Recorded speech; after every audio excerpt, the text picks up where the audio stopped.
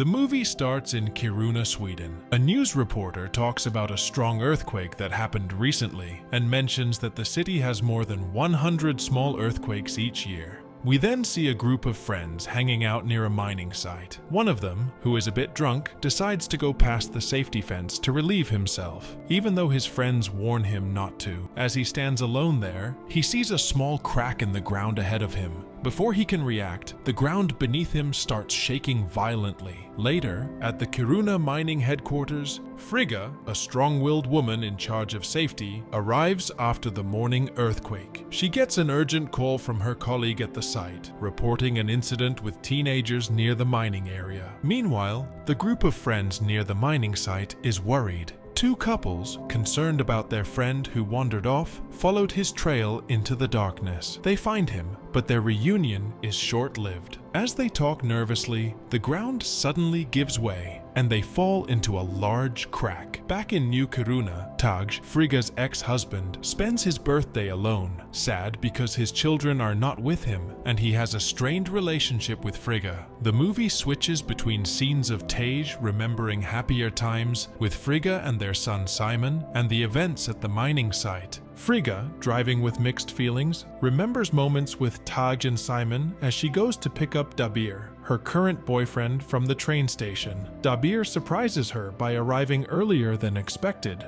wanting to spend more time with her before heading off for work. Their drive is interrupted by a group of protesters blocking the road with signs demanding an end to mining activities in Kiruna. Frigga, determined and authoritative, warns the protesters and drives through the blockade, even though her daughter Mika, who is among the protesters, is visibly upset. At Frigga's home, Dabir and Frigga share a moment of intimacy, interrupted by Taj's unexpected arrival. Taj, worried about Simon and somewhat confrontational about Dabir being there, adds tension to the situation.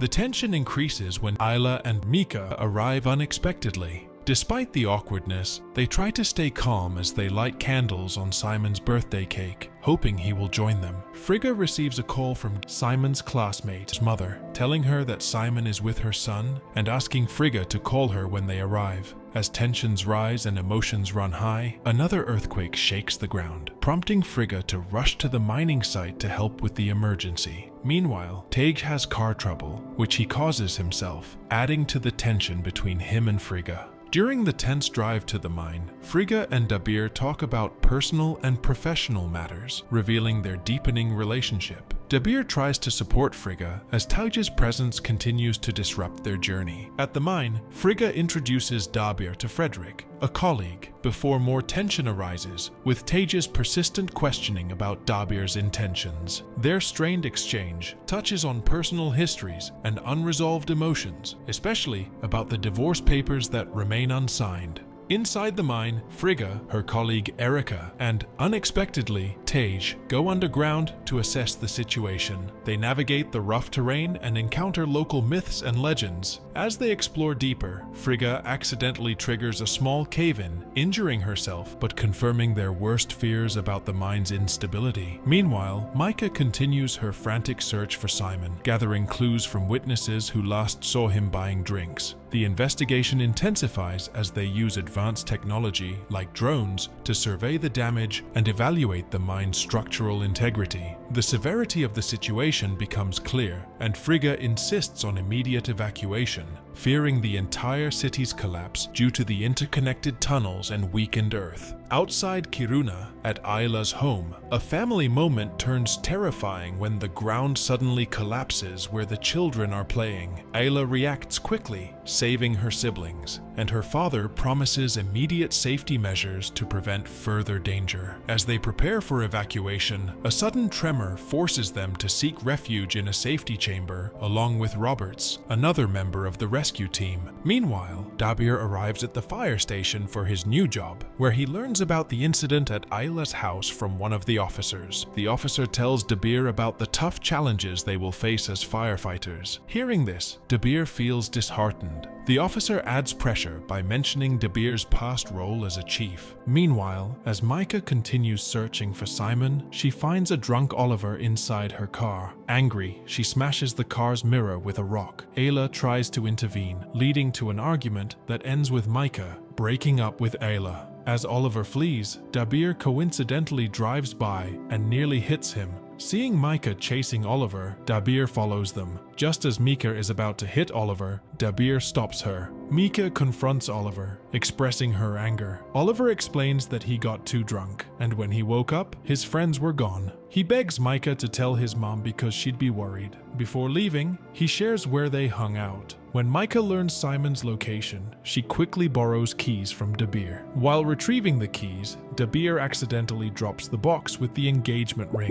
At the same time, Frigga's group was stuck in the safe area. They discussed their next steps, and Patrick began to panic. Erica reassured him that everything would be okay. Eventually, they decided to leave. Outside, rocks blocked their way, so they searched for another exit. Meanwhile, Micah talked to Dabir about her mother. Micah said her mom hadn't signed the divorce papers because it would hurt Tage. They also discussed Micah's relationship with Ayla. On the mountain, Frigga and the others found another blocked exit. Frigga saw a small hole in the rocks and crawled through to find a way out. When it was Tage's turn, he tried to crawl through but became scared. They discovered he had claustrophobia, and even with Frigga calling from the other side, he couldn't go through. After much encouragement, they convinced Tage to try, with Frigga telling him to think about Simon. But halfway through the hole, Tage panicked, especially when he got stuck. Frigga tried to calm him down, but it didn't work. Frigga crawled back in with a metal stick, telling Tage to hold onto it so she could pull him through. But he continued to panic. With no other option, Frigga knocked Tage out. Meanwhile, Dabir and Micah reached the rift zone. They heard a phone ringing and quickly found it. They went outside the fence and realized the sound was coming from the fault line. They looked at each other, realizing the terrible fate of the people there. Micah called Simon's phone, but there was no answer. On the mountain, Frigga pulled Tage through the small hole. Tage hugged Frigga, happy, but she kept her distance. After that, Patrick managed to crawl through the small hole too. When it was Erica's turn, a rock fell on her foot in the middle of the small hole. Frigga crawled back in to help her. Unfortunately, a few rocks fell on Frigga's legs too. Frigga didn't give up, but more rocks fell on her while trying. Seeing this, the two men pulled her out of the small hole. Frigga was upset, so Tage let Patrick go first for now. At the rift zone, Micah and Dabir kept calling for Simon, but there was no answer. After searching for a long time, they found the exit on the mountain. Outside, Frigga called Micah immediately. Micah answered and said they were at the rift zone with some beer. Micah said Simon might be there, and Frigga told her to let the police handle it and not come back to Kiruna. They should go to New Kiruna instead because the city was going to collapse. Hearing this, Micah remembered Ayla, so she quickly turned off her phone to go to her. After the call, Frederick spoke to Frigga about the situation. Frigga quickly stated that if another tremor occurred, the city would fall. Without wasting time, Frigga decided to go to Micah, who was heading to Ayla. At the rift zone, Dabir asked Micah about her conversation with Frigga, and she told him. Suddenly, a light post fell, narrowly missing them.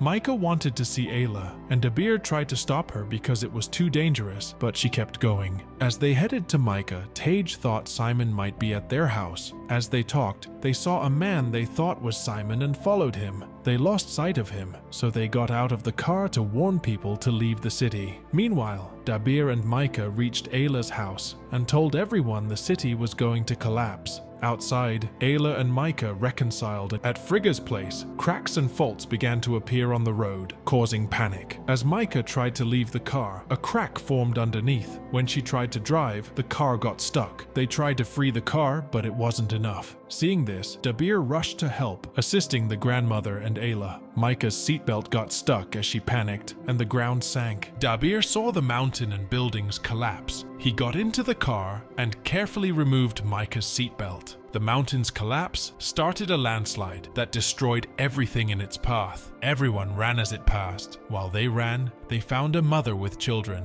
They helped her, and Ayla pushed the baby into a stroller. Ayla was caught on the fast-moving ground, but managed to save the baby. Eventually, the family reunited, but Simon was still missing. At the hospital, a girl on a bed told Frigga and her mum that Simon was in Kiruna. Micah was shocked by what happened to Ayla, but Tage comforted her amidst the chaos. Dabir kneeled to pray at a special table, and Tage came to thank him for saving Micah. Tage saw the ring and asked to see it. The girl on the bed told Frigga that she heard Simon playing with his friends at the school. At the same time, Tage put the ring in his pocket. Seeing this, Dabir tried to take it back, but Tage refused, and they struggled. Frigga arrived and said she knew where Simon was. The two stopped and quickly followed Frigga and Micah. At the school, Simon's friend stood in front of the building, upset by what happened. They tried to talk to him, but he didn't respond. Hurrying inside, they found one of Simon's classmates dead. They heard cries for help and rushed to assist,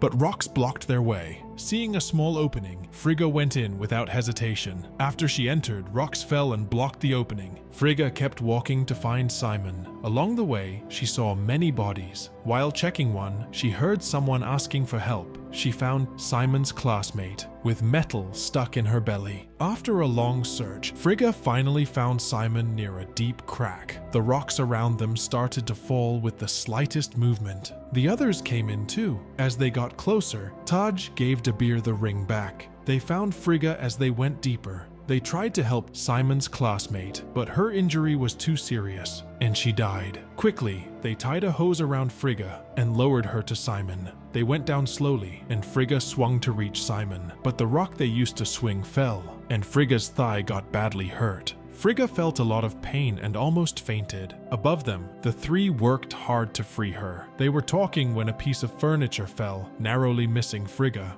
The rock where Frigga was hurt started to break. Simon ran to his mom and held the rock. Micah found a new way, so she ran to Simon, even though it was dangerous. Micah used a belt to tie around Frigga's thigh and move her away from the dangerous spot. They freed Frigga, but she fainted from the pain. After a while, she woke up. First, they lifted Simon by pulling him up. As Tage and Simon hugged, the ground they stood on started to break. Micah moved to the furniture hanging in the crack and helped Frigga jump to it. They lifted Micah, but the wire holding the furniture started to break. Tage saw this and held it, even though it shocked him, to keep Frigga from falling. Taj said goodbye, telling them he loved them all, and fell when he got shocked. After Dabir helped Frigga, he went to Tage and took care of him. Tage quietly asked Dabir to take care of and love his kids before he died. Soon after, the rescuers came, surprised by what they saw. Everyone stood, not knowing what had happened.